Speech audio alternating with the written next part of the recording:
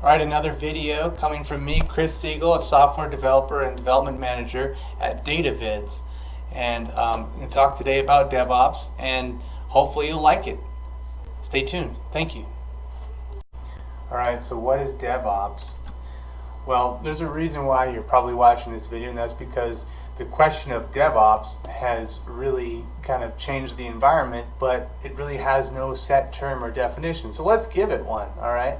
So DevOps is a mindset and a culture and a set of tools to get your applications out there, but it really breaks down to a few really important things to get from code to a deployment, right? So code needs to be pushed into source control, it needs to make sure it builds, it needs to be tested, and then it needs to be deployed. You need to have a smoke test to make sure it works in production, and then you need to have a strategy for getting your development team to then accept bugs, work on the bugs, and get those pushed out, as well as new features, just like you did with the original product. That is the fastest, in a nutshell, DevOps that you're going to find. And I think a lot of the technologies that are used, the stack that you're working on, depends on the company that you're at and affects the tools that you use.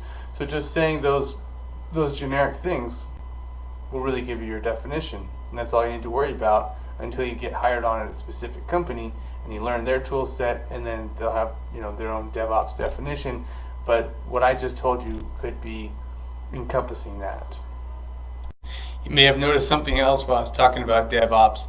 The definition sounds a lot like the definition of maybe the Waterfall methodology for software development, right? You get those, I just left off a few parts of that, which would be like the requirement specification, the design analysis, and so nowadays that most shops are trying to be at least somewhat agile, meaning they have sprints every couple of weeks, and depending on which type of agile shop they want to be, they may have a scrum master or team breakdowns or additional agile type rules. But they have one thing in common, is they have those iterative meetings with their stakeholders every week to 2 weeks.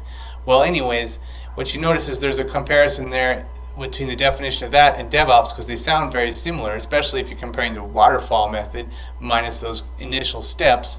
Well, I think the big difference is conceptually, DevOps is to ensure communication between the development team and the infrastructure team, or the team that's supporting your applications that may not be on the development team, because it's all about getting your code tested and built and pushed out to production.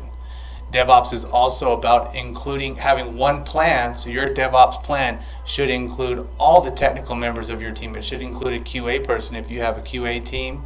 It should include your infrastructure person if you have someone that's supporting hardware or virtual hardware for you, not just the developers.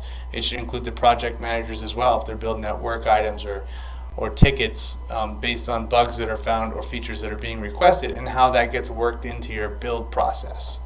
A lot of the DevOps can be configured, as one of the experts on my team set it up, using a YAML file, depending on what technologies you're using, or any a build pipeline where it moves from one service to the next service to the next service to get it out there the moment that your code's committed.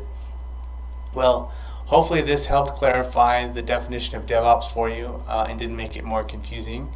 And have a wonderful day. Bye.